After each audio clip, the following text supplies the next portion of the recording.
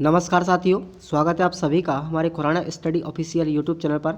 और ये आपकी चौथी यूनिट है और तीसरी 1, 2 और 3 मैंने आपको पहले पढ़ा दी हैं।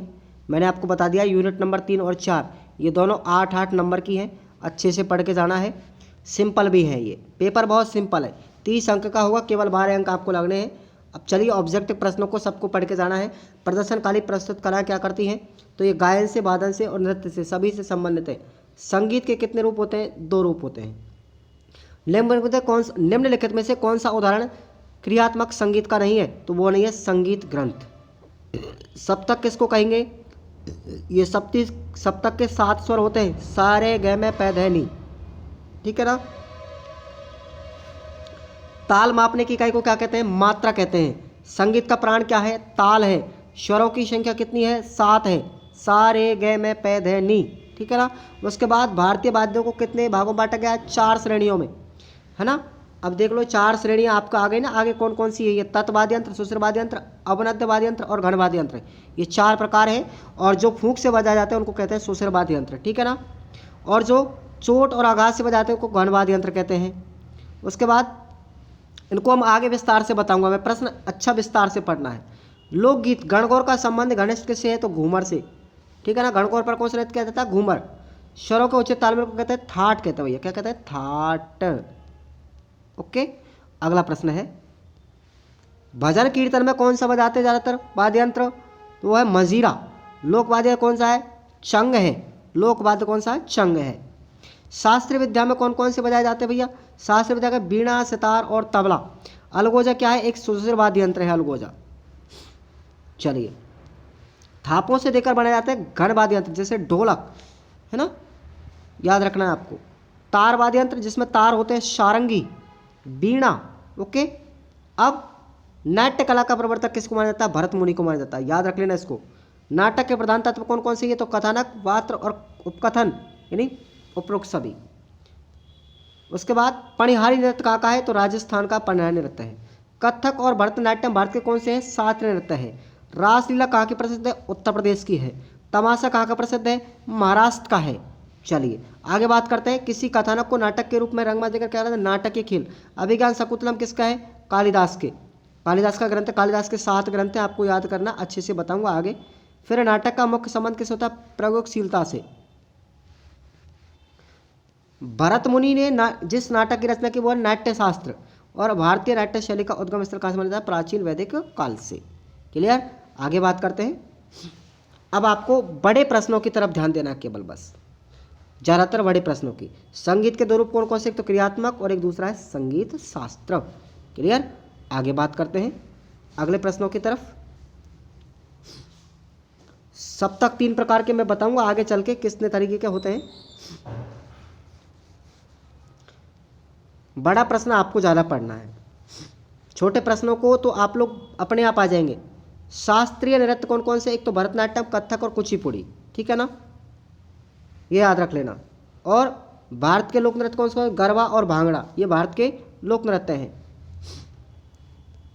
उसके बाद स्वांग किस राज्य का है? पंजाब और हरियाणा का, ठीक है ना। उसके बाद श्रृंगार से क्या अभिप्राय है? अलग अलग प्रकार के नाटकों के लिए, जैसे ऐतिहासिक, सामाजिक, हास्य संबंधी वेशभूषा में अलग अलग प्रकार की होती है। किसी भी नाटक विशेष के लिए वेशभूषा अथवा श्रृंगार का निर्धारण करने के लिए हम उसे नाटक के काल, स्थिति, मूल भाव और संदर्भ आदि से ध्यान देना। उसके बाद अगला प्रश्न है कठपुतलियों के प्रकार। देखो कठपुतलियाँ 3 प्रकार की होती है, दस्ताना, सलाका और तार वाली। याद रख लेना इसको भाई, कठपुतली के प्रकार। अब उसके बाद में प्रदर्शनकारी कलाओं के शिक्षण बिंदु महत्व को समझाइए। उद्देश्य कौन कौन से? देखो ध्वनि, स्वर और उसके वेद को समझना। संगीत की 3 विधाएं जो होती है उनको समझना। संस्कृति के परिचय, लोक संगीत, नाटक को पहचानना। नाट्य कला के विभिन्न प्रकारों को समझना, प्रस्तुत करने की क्षमता पाना।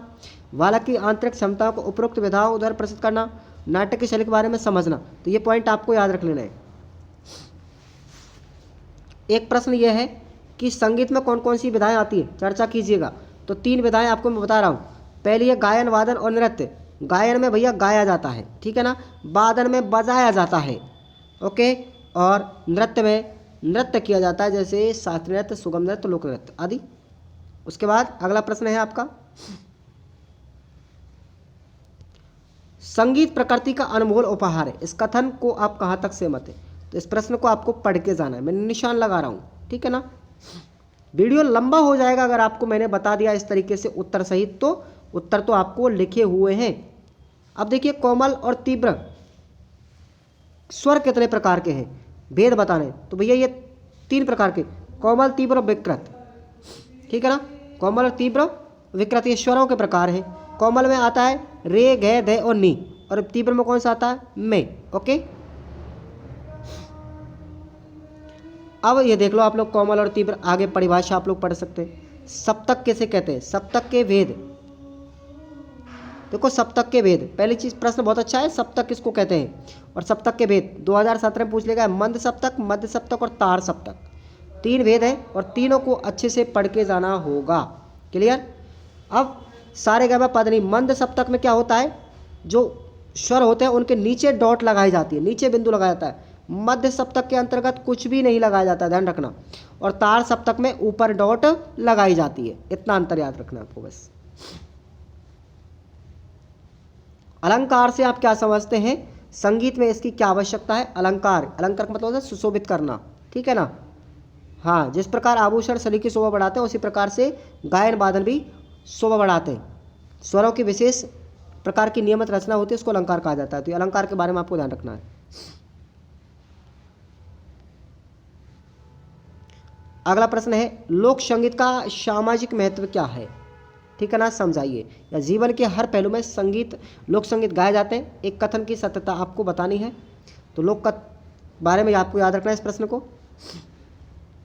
ये लो भाई, ये कमाचा, खरनाल, कमाचा, करताल और एक तारा, ये 3 वाद्य यंत्र हैं। इनके बारे में आपको अच्छे से याद करके जाना है, तीनों के बारे में, ठीक है ना।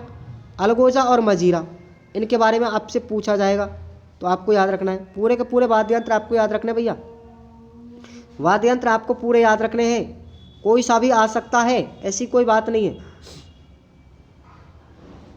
उसके बाद अगला प्रश्न है अपना,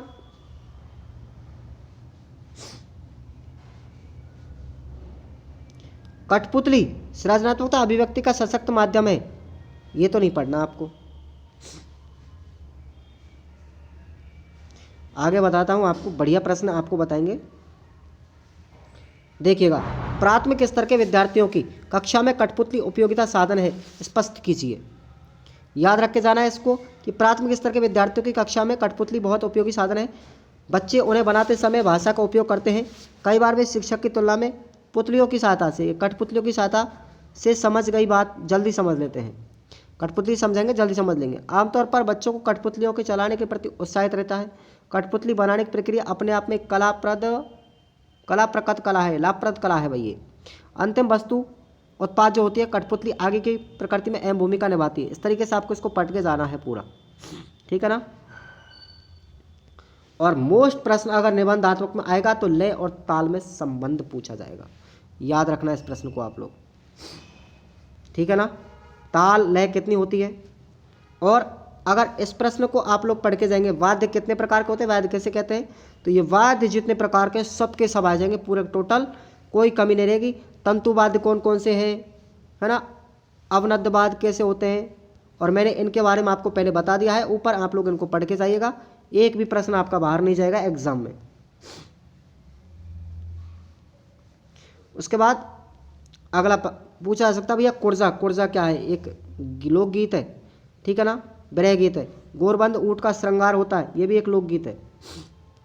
लोक नृत्य कैसे कहते हैं, किन्हीं 2 नृत्य, लोक नृत्यों के बारे में आपसे पूछा जा सकता है। जैसे एक तो घूमर है, एक तिरताली है, एक भवाई है, कच्छी घोड़ी है, तो इनके बारे में आपको पढ़ के जाना है अच्छे से। पणियारी है, ठीक है ना। उसके बाद रंग कर्म से बच्चों में किन किन कौशलों का विकास होता है, जैसे कल्पना का, सहानुभूति का, ठीक है ना, सहयोगात्मक रवैया का, एकाग्रता का, संप्रेषण कौशल का। उसके बाद समस्या का हल ढूंढना, मनोरंजन करना, तो ये आपको याद करके जाना है। उसके बाद भावनात्मक विकास, अनुशासन, भरोसा, स्मरण शक्ति का सुदृढ़ होना, सामाजिक जागरूकता और सौंदर्यात्मकता का विकास। बस इतना ही आपको ये याद करना है। उसके बारे में और कोई प्रश्न ऐसा हद नहीं है। खास तौर से यह है कि एक नाटक तैयार करने के लिए निम्नलिखित सामग्री का उपयोग की आवश्यकता है। तो जैसे ये प्रश्न आपको याद करके जाना बहुत जरूरी है। ये प्रश्न कथानक विषय वस्तु, एक रंगमंच पात्र होते हैं ये, उसके बाद एक अच्छे कलाकार या पात्र का होना, ठीक है, अच्छे कलाकार या पात्र, स्थान का चयन कैसे करेंगे, वेशभूषा कैसी रखेंगे, पूर्वाभ्यास कैसा है आपका, साज सज्जा कैसी की जाएगी, चरित्र चित्रण, ठीक है, और आवश्यक वस्तुएं व सामग्री।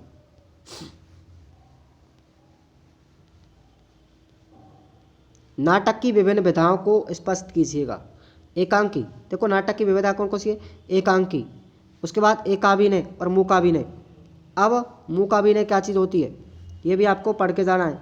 नुक्कड़ नाटक, ये विधाएं हैं इसकी, ठीक है ना, नाटक की। उसके बाद मंचीय नाटक और इम्प्रोवाइजेशन क्या होता है, ठीक है ना। तो ये आपको पढ़ के जाने हैं सभी प्रश्न और आपका काम आसानी से हो जाएगा। कठपुतली को चलाते समय किन किन बातों का ध्यान रखना चाहिए, अच्छा प्रश्न है, मोस्ट प्रश्न है, और इसके बाद में आपके प्रश्न खत्म हो जाएंगे, कोई दिक्कत नहीं है, टेंशन मत लीजिएगा। अब आपको आगे पढ़ने की ज़रूरत नहीं पड़ेगी, कोई भी दिक्कत नहीं है, ठीक है ना भाई। और बाकी का हमारी रहती है यूनिट नंबर 5, उसको भी देखेंगे कौन कौन से मुख्य प्रश्न आपको आते हैं।